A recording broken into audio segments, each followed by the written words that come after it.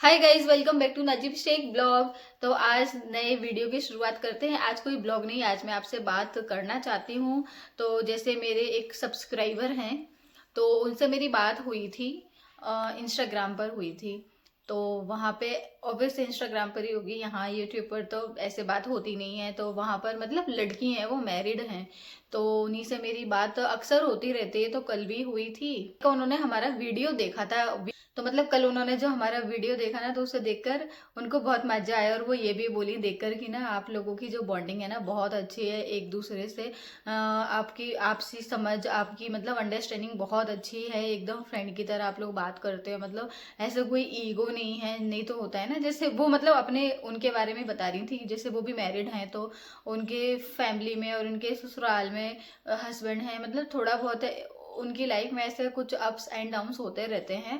उनकी शादी को भी 2 या 2.5 साल ही हुआ है। तो मतलब उन्होंने कहा कि आपकी शादी में सब कुछ मतलब इतना अच्छा है, तो देखकर बहुत अच्छा लगता है। तो पता है, सबको पता ही है कि जब मेरी शादी हुई थी तो कैसे क्या सब कुछ हुआ था, सब कुछ मैंने बता ही रखा है। तो मतलब सब कुछ इतना ईजी नहीं होता है, ईजी बनाना पड़ता है, मैं हमेशा बोलती हूँ। और जब अकेले, मतलब जैसे मैं अकेली थी, बिल्कुल होता है ना कि जैसे अपने साथ में हो तो एक रहता है कि चलो कोई अपने साथ है, तो एक हर चीज में रहता है कि चलो ये हमारे साथ है, तो ये वक्त निकल जाएगा, ये ऐसा हो जाएगा। तो मतलब मैं उस टाइम पर अकेली ही थी, आप सबको पता है। और ये सब जगह मेरे लिए नई थी, तो नए लोगों के साथ नई जगह रहना इतना आसान नहीं होता है।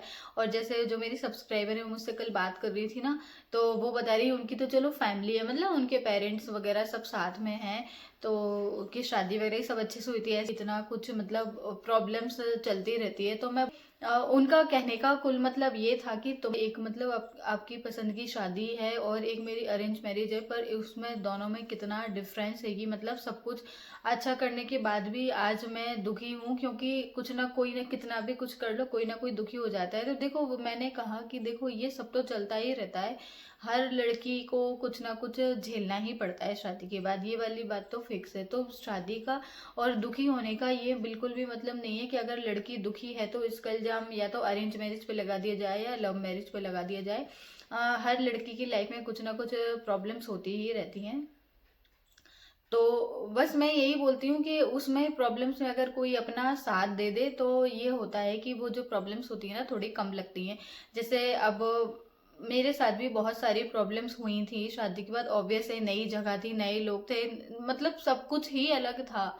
कुछ भी ऐसा नहीं था जो सेम हो, सब कुछ अलग। मैं मतलब ये समझो, एक दूसरी दुनिया से दूसरी दुनिया में आई, मुझे तो ऐसा ही लग रहा था जब मेरी शादी हुई थी, क्योंकि सब कुछ बदल गया था। पर नहीं बदली थी मैं, बाकी सब बदल गया था। तो यही है कि उस वक्त जिसने मेरा साथ दिया वो मेरे हस्बैंड ही थे। उन्होंने हर टाइम, हर पल मतलब एक ऐसा मुझे फील नहीं होने दिया कि हाँ तुम एक अलग जगह से आई हो, तुम एक अलग जगह पर आई हो, तो तुम्हें ऐसा करना पड़ेगा, वैसा करना पड़ेगा। तो ऐसा होता है ना कि उन लड़कियों को बोला तो जाता है, जैसे शादी होती है लड़कियों की, तो उसके बाद लड़कियों को ससुराल में बोला तो जाता है कि हमारी बहू नहीं बेटी है। पर कुछ कुछ घरों में क्या होता है कि बोलते हैं सिर्फ ये बहू नहीं बेटी है, पर रखते बहू की तरह ही हैं। तो ये हो जाता है हर घर में। तो यही वो मेरी सब्सक्राइबर मुझसे बोल रही थी कि मतलब कि जब मेरी शादी हुई थी तो विदा के टाइम पे इतना सब कुछ मेरी फैमिली से, मेरे ससुराल वालों ने कहा था कि हम बहू नहीं बेटी लेके जा रहे हैं, और अब कदर ही नहीं करते, सुबह से शाम तक बस काम ही काम, जैसे कि मतलब बहू ने ही नौकरानी लेकर आए हो। तो मतलब मुझे सुन के बड़ा दुख हुआ। मैं आज भी इतने ऐसे घर हैं जहाँ लड़कियों को कितना परेशान किया जाता है, सिर्फ काम को लेकर ही, सिर्फ काम को लेकर। जैसे कि मतलब लड़कियां काम के लिए ही आई हैं। हर लड़की का दिल करता है कि थोड़ा अपने हिसाब से रहे, घूमे, घूमने के लिए जाए कहीं, मतलब जो भी लड़की का दिल होता है अपने हिसाब से थोड़ा रहे वो। क्योंकि जब एक लड़की अपना एक घर, अपना घर छोड़ के दूसरे घर आती है, तो उसे वैसे भी सब कुछ मैनेज करने में बहुत टाइम लगता है। फिर उसमें भी अगर उसे ऐसा फील करवाया जाए ना, अगर ऐसा बोल देते ना कि तुम तो दूसरे घर से आई हो, यहाँ पर ऐसा चलता है, हमारे हिसाब से चलना पड़ेगा, तो लड़की बेचारी वैसे ही सहम जाती है कि नहीं। फिर ये मतलब उनको लगने लगता है कि हाँ भाई, ये हमारा घर नहीं है, यहाँ हम शादी होकर आए हैं। तो वो वैसा ही ट्रीट करती है, वो अपनापन फिर एक आ ही नहीं पाता है। तो वो लड़की बेचारी जो मेरी सब्सक्राइबर है, मतलब मुझे आपको बार बार ऐसे सब्सक्राइबर करके बताना पड़ रहा है, बाकी हमारी अच्छी ऐसे बातचीत होती रहती है। तो मतलब मुझे मेरी फैमिली की तरह ही है, तो ऐसे बातचीत करते रहते हैं। तो पता है, मुझे दिल में इतना है में कि कितने लोग दुखी हैं अब उस टाइम पर मैं बहुत दुखी होती थी जब मेरी शादी हुई थी ना, तो कि मैं अकेली हूँ, मैं अपना दुख किसको किसको बताऊँ, किसको नहीं बताऊँ। जैसे वो हैं तो वो तो अपनी दुख जो भी होता है अपने पेरेंट्स को, अपनी फैमिली को बता देते हैं, तो वो उनका साथ दे देते हैं। पर मेरे पास तो ऐसा कोई था भी नहीं, और ना आज है ना पहले था। तो भी मैं मतलब सरवाइव कर रही हूँ, मैं अच्छे से रह रही हूँ, क्योंकि रहना पड़ता है। तो मतलब आज का ये वीडियो बनाने का मतलब ये है कि लड़कियों मतलब शादी के बाद लड़कियों की लाइफ बहुत ज़्यादा डिफिकल्ट हो जाती है।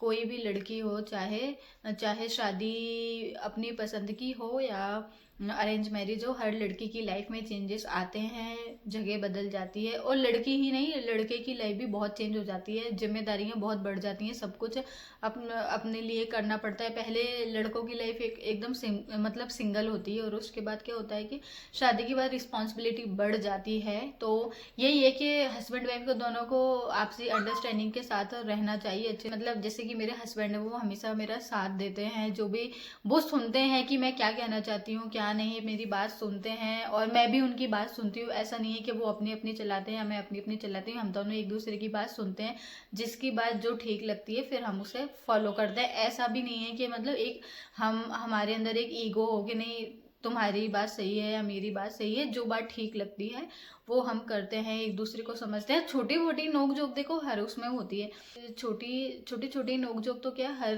रिलेशन में होती ही है, चाहे हस्बैंड वाइफ का हो, बहन भाई का हो, किसी का भी हो, थोड़ी बहुत चलती रहती है सभी की लाइफ में। और वो इसी से होता है एक हेल्दी रिलेशनशिप। अगर बिल्कुल भी नोक झोंक भी नहीं होगी तो फिर एकदम ऐसा लगेगा कि मतलब एक ये नॉर्मल रिश्ता है भी या नहीं। तो थोड़ी बहुत नोक झोंक सभी में होती है, हंसी मजाक ये सब होना चाहिए, तभी लाइफ अच्छी लगती है। यही कहना चाहती हूँ सभी से कि हस्बैंड वाइफ को मिलकर ही रहना चाहिए और एक दूसरे को समझना चाहिए। अब जैसे मेरी वो सब्सक्राइबर थी, मेरी उनसे बात हुई तो वो बस यही बोल रही थी कि उनके हस्बैंड हैं थोड़ा समझते नहीं है, मतलब ध्यान नहीं देते हैं। सही तो बोल रही कि आपकी मतलब एक इंटर रिलीजन मैरिज है, उसके बाद भी मतलब आप अकेले हो। कि मैं आपके बारे में सोचती हूँ कि कल को कभी आपके बीच में मतलब ऐसा थोड़ा बहुत भी कहा सुनी ऐसे कुछ हुई तो आपकी साइड से बोलने वाला कोई भी नहीं है, ऐसा आप अकेले हो तो आप कैसे मैनेज करती हो। तो मैं वही बोल रही हूँ, मैं क्या देखो आप मुझसे ही हिम्मत लो, मेरे पास कोई नहीं है, मैं अकेली हूँ। मतलब एक होता है ना कि हम अपना दुख तकलीफ, जैसे दुखी हैं तो हम किसको बताएं। जैसे अपनी साइड की फैमिली होती है तो उसको बता सकते हैं, तो मैं कहा आपके पास तो आपकी फैमिली, आपके पेरेंट्स, आपके भाई बहन, इतने सारे लोग हैं।